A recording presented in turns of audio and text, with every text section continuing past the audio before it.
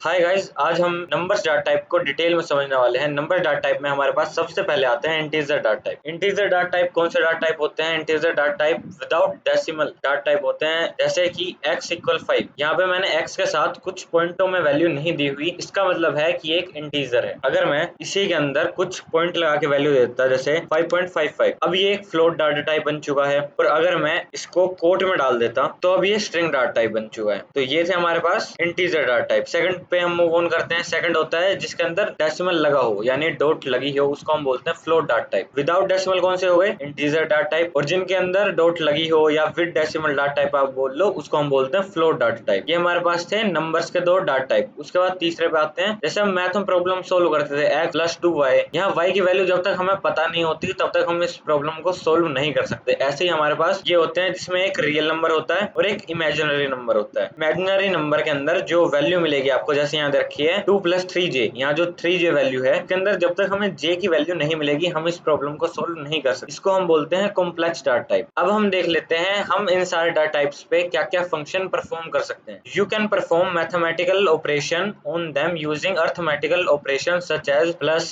Minus, multiply, divide, floor division, modulus and exponential. अब plus, minus, multiply, divide आप सबने सुना ही होगा, ये हम मैथ में पढ़ते ही आए हैं। उसके बाद ये फ्लोर डिवीजन क्या होती है? अगर मेरे को कोई वैल्यू पॉइंटों में नहीं चाहिए, जैसे कि मैंने यहाँ पे लिखा है प्रिंट कर दो 24 डिवाइड बाय 5, यानी कि 24 को डिवाइड करने के बाद 5 से जो भी इसका आउटपुट आता है हमें वो प्रिंट करके मिल जाए। अगर मैं इसको F7 से रन करूंगा तो मेरे को आउटपुट दे रहा है 4.8। अगर मेरे को ये पॉइंट वाले नंबर नहीं चाहिए लास्ट में, तो यहाँ पे मैं एक और डिवाइड का साइन डाल दूंगा एंड उसके बाद इसको कंट्रोल S से सेव करके अगर रन करूंगा तो वो मेरे को आउटपुट दे रहा है, यानी कि वो जो डेसिमल है लास्ट में, ये जो 0.8 वाले नंबर हैं उसको हटा देती है हमारी फ्लोर डिवीजन। उसके बाद आता हूँ मैं मॉड्यूलस पे। मॉड्यूलस क्या होते हैं? जब हम किसी भी नंबर को डिवाइड करते हैं तो हमारे पास तीन चीजें होती हैं। पहला क्वोशिएंट, दूसरा रिमाइंडर और तीसरा जिस नंबर से हम उसको डिवाइड कर रहे हैं। जैसे यहाँ मैं 24 को 5 से डिवाइड कर रहा था तो मेरे को कुछ रिमाइंडर मिलेगा, कुछ क्वोशिएंट मिलेगा और ये नंबर तो है ही। तो अगर मैं यहाँ पे मॉड्यूलस का साइन लगा देता हूँ, अगर मैं इसको F7 से रन करूँ तो मेरे को आउटपुट क्या दे रहे हैं? 4, क्योंकि 4 ही रिमाइंडर इसका बचता है। अब मैं बाय चांस यहाँ पे नंबर चेंज कर लेता हूँ। मैं यहाँ पे देता हूँ 24 को, अगर मैं मॉड्यूलस करता हूँ 4 से, उसके बाद अगर मेरे को रिमाइंडर मिलेगा तो वो मेरे को रिमाइंडर दे रहा है 0। तो आपको समझ आया? फ्लोर डिवीजन लास्ट में डेसिमल रिमूव करती है, मॉड्यूलस हमें रिमाइंडर देता है और एक्सपोनेंशियल ये क्या करते हैं? इनको देख लेते हैं। अगर मेरे को पावर निकालनी हो किसी, जैसे 5 की पावर 5, तो मैं इस साइन का यूज करता हूँ, इसको कहते हैं डबल मल्टीप्लाई एक्सपोनेंशियल। अगर मैं इसको F7 से रन करूंगा तो वो मेरे को 5 की पावर 5 निकाल के दे देगा। अब हम मूव ऑन करते हैं हमारे सेकंड डाटा टाइप्स की तरफ। सेकंड डाटा टाइप है हमारे पास sequence data type. Sequence data type में हमारे पास सबसे पहले आता है स्ट्रिंग ऑफ कैरेक्टर्स। अगर मैं कोई भी वैल्यू इन दो कोट के बीच में दे दूं, बाय चांस मैं 5 भी दे देता, अब आप कहोगे 5 तो एक इंटीजर है, अगर मैंने इसको कोट के बीच में दे दिया तो एक ये स्ट्रिंग बन चुका है। क्या मैं इसको सिर्फ डबल कोट के बीच में दे सकता हूँ? नहीं, अगर मैं इसको सिंगल कोट के बीच में तो भी ये वर्क करेगा, और अगर मैं इसको ट्रिपल सिंगल कोट के बीच में दूं तो भी ये वर्क करेगा, फिर भी ये एक स्ट्रिंग ही रहेगा। तो अब आप समझ चुके हैं कि स्ट्रिंग होता क्या है। जो भी कोट्स के बीच में वैल्यू दी जाएगी उसको हम स्ट्रिंग बोलेंगे। सेकंड हमारे पास आता है लिस्ट। लिस्ट क्या होता है? Order and mutable sequences. Order क्या होते हैं? जिनको हम सॉर्ट कर सकते हैं, असेंडिंग टू डिसेंडिंग ऑर्डर या डिसेंडिंग टू असेंडिंग ऑर्डर, उनको हम बोल रहे हैं ऑर्डर सीक्वेंस। और म्यूटेबल, म्यूटेबल क्या होता है? म्यूटेबल होता है जिस वैल्यू को हम चेंज कर पाए, उसको हम म्यूटेबल सीक्वेंस बोलते हैं। जैसे यहाँ पे मैं 1 की वैल्यू को चेंज करके 2 कर दूंगा तो वो एक म्यूटेबल डाटा टाइप है, और एप्पल की वैल्यू चेंज करके मैं ऑरेंज कर दूंगा तो भी वो एक म्यूटेबल डाटा टाइप है। लिस्ट बनाने के लिए हमारे को ब्रैकेट्स का ध्यान रखना पड़ता है। लिस्ट बनाने के लिए हमारे पास स्क्वायर ब्रैकेट होते हैं। स्क्वायर ब्रैकेट ये वाले होते हैं स्क्वायर ब्रैकेट। तो जब भी हम लिस्ट बनाएंगे तो ये स्क्वायर ब्रैकेट हम ओपन करेंगे, उसके बीच में हम अपने डाटा टाइप्स डालेंगे, जैसे 1,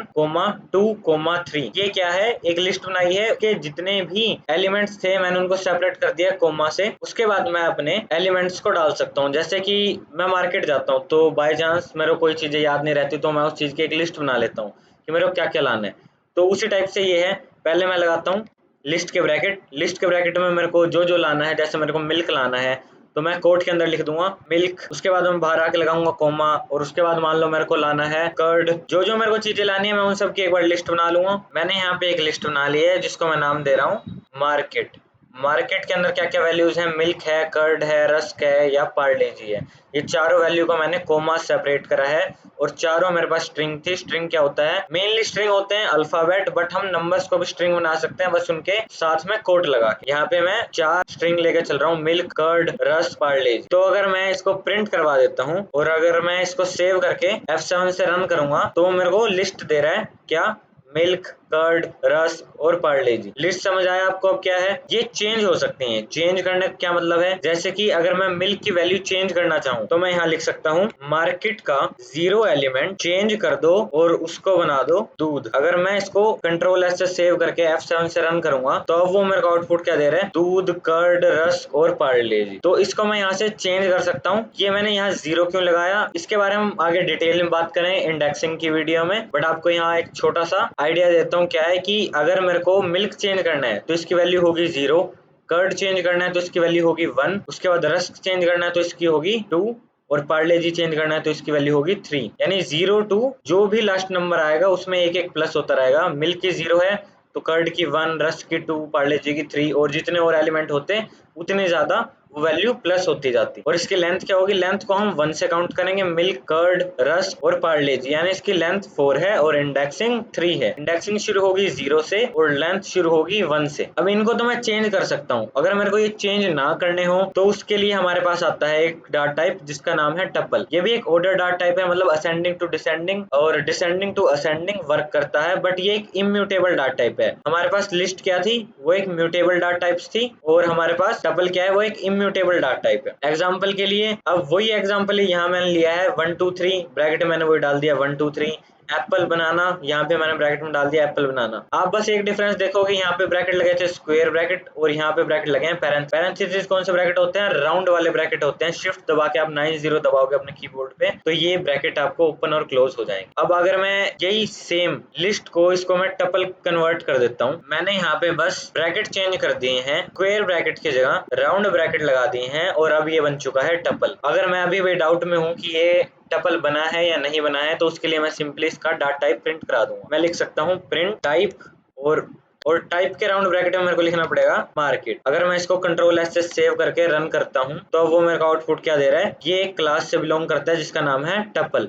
और अगर मैं यही सेम चीज हमारी लिस्ट वाले के साथ रन करता, सेव करके अगर मैं इसको रन करूं तो वो मेरे को आउटपुट क्या दे रहा है, ये क्लास से बिलोंग करता है जिसका नाम है लिस्ट। तो लिस्ट और टपल अगर आपको डाउट आ रहा है तो आप टाइप फंक्शन की हेल्प से इसको चेक कर सकते हैं कि ये कौन सी क्लास से बिलोंग करता है। ठीक है, उसके बाद मैं आगे मूव ऑन करता हूँ। इसको एक बार कमेंट आउट कर देते हैं। मैंने कहा था कि ये एक म्यूटेबल डाटा टाइप है लिस्ट और हमारे पास टपल क्या है, इम्यूटेबल डाटा टाइप है। एक बार मैं इसको चेंज करके देख लेता हूँ। अगर मैं यही वाली चीज कॉपी करता हूँ और यहाँ आके पेस्ट करता हूँ कि मार्केट की 0 वैल्यू को दूध कर दो। मार्केट की 0 वैल्यू क्या होनी चाहिए, मिल्क 0 है, कर्ड 1, रस्क 2, पार्लेजी 3। अगर मैं कहता हूँ मार्केट की 0 वैल्यू को चेंज करके दूध कर दो, अगर मैं इसको रन करूँ तो वो मेरे को एक एरर देगा। एरर क्या है, tuple object does not support item assignment, यानी कि मैं उसको चेंज नहीं कर सकता।